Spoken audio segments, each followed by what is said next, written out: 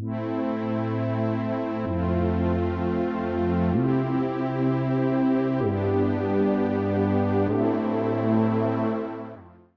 日，韩国与波兰签署了一项高达148亿美元的军售协议。依据协议，韩国将为波兰这个北大西洋公约组织成员国提供大约980辆 K2 黑豹主战坦克、648门 K9 自行火炮和大约50架 FA-50轻型战斗机。这是韩国首次向欧洲国家出售军火，不仅表明近年来韩国对外军售的快速增长，也标志着韩国这个亚洲国家将会成为欧洲国家的一个重要的武器供应国。近年来，韩国对外军售增长迅速。2016年至2020年，韩国的军火出口相比上一个5年增长210%，是全球主要武器出口国中增长最快的国家。韩国的军火出口全球份额在这期间已经上升到全球第9位，占比为2.7%。韩国军火出口的优势产品是火炮、教练机和军舰，且出售武器类型比较齐全。2021年，韩国对外军售已超过70亿美元。据韩国业内人士表示，此次与波兰的军售协议中，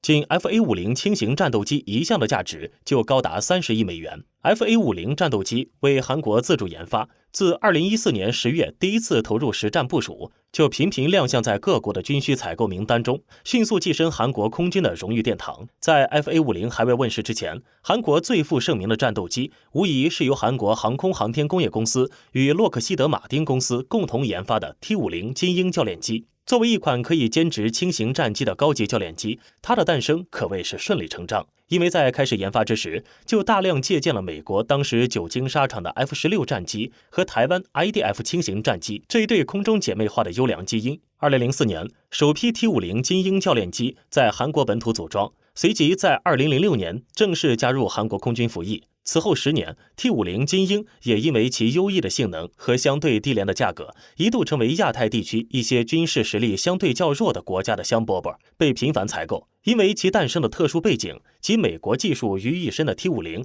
也俨然成为了美国非北约同盟的鉴别标志。而韩国也非常识时务的，在 T-50精英光环的笼罩之下，于2012年迅速推出了它的改良版机型，就是我们今天的主角 FA-50战斗机。FA-50战斗机在其前世 T-50精英教练机的精深加持之下，摇身一变成为了由韩国航空航天工业公司自主研发的一款轻型战斗机，也被视为第一款国产战斗机。自2013年10月正式服役，就一直被视为韩国空军的骄傲。因为是改良机型，其主体灵魂还是保留了前世 T-50精英教练机的基因，例如两者之间机体的尺寸、座舱配置、航电和飞控系统都是相同的。改进后的 FA-50战斗机高架顶棚采用拉伸亚克力，在为顶棚提供防弹保护的同时，也为飞行员提供了良好的视野。两者最大的不同是 FA-50安装配备了改进的以色列脉冲多普勒 X 波段多模式雷达，同时拥有更多的内部燃料容量、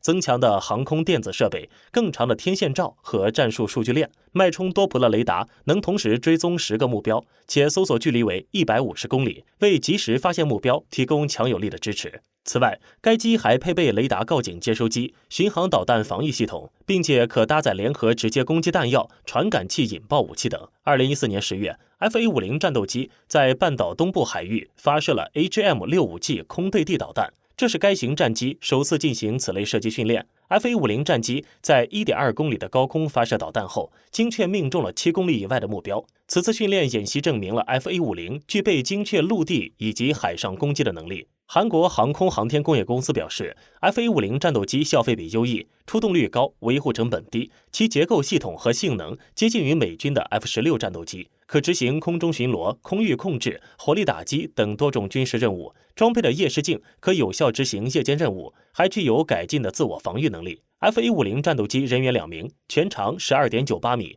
翼展9.17米，全高4.78米，空重6441公斤，最大起飞重量11985公斤。该机最高时速1.5马赫，最大载重4.5吨，最大航程1851公里。其动力系统是一具通用公司涡轮扇发动机，能够提供强大的后燃推力。FA-50装备了一门火神式6管旋转式机炮，可挂载响尾蛇空导弹、小牛空地导弹、捷达姆等精确制导炸弹、CBU-97 传感器引爆武器和20毫米航炮等。除配备机炮和空对空、空对地导弹外，还可以装载5枚 CB858 集束炸弹、9枚 Mk82 500磅低阻力通用炸弹、3枚 Mk83 1000磅低阻力通用炸弹、3枚 Mk84 2000磅低阻力通用炸弹或9枚 Mk20 集束炸弹。FA-50战斗机的研发是用于逐步替代韩国军队老旧的 F-5E/F 等战机。同时，韩国也瞄准了 T-50精英教练机打下的出口外销的大好市场，无形中将原采购使用 T-50的国家转化为2次销售的潜在客户。在这样销售目标为前提的生产包装之下，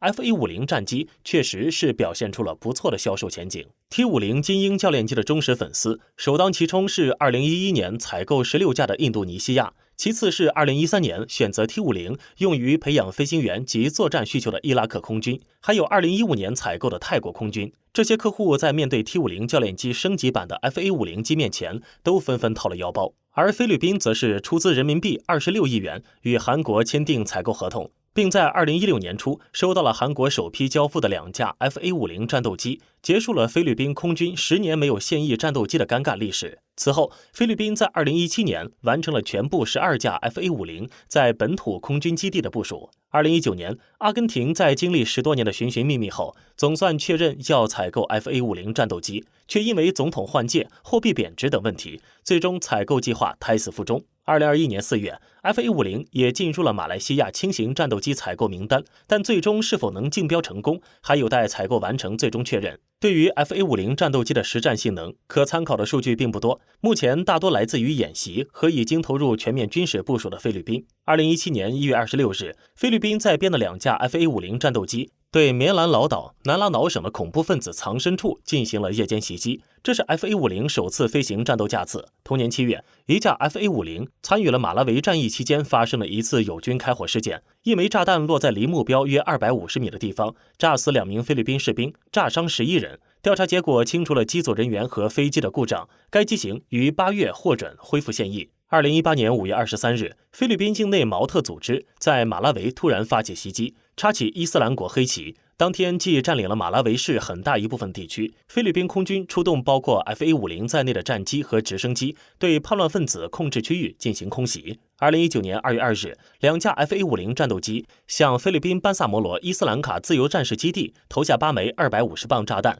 以回应对其寨城的卡梅尔山圣母大教堂的炸弹袭击。2020年6月25日，适逢菲律宾成立73周年，菲律宾空军在巴拉望海岸进行了实弹射击演习。这次是首次实弹演习，小牛空对地导弹从 FA-50战斗机向浮动目标发射，以展示其反舰能力。在以上军事行动及演习中， FA-50战斗机出色的表现完全满足了菲律宾军方的预期，也赢得了菲律宾官方的赞赏。而此次韩国和波兰之间的军售，从军火贸易角度而言，是双方各取所需。对于波兰而言，其对乌克兰的大量军事援助导致自身的军事装备短缺。波兰方面明确表示，这是俄乌冲突爆发以来波兰寻求重新武装努力的一部分。波兰国防部长表示，这笔交易将大大提升波兰的安全和波兰军队的战力。据不完全统计，俄乌冲突爆发以来，波兰至少向乌克兰提供了17亿美元的军事援助，导致波兰急需补充装备。而韩国的军事装备非常符合波兰的需求，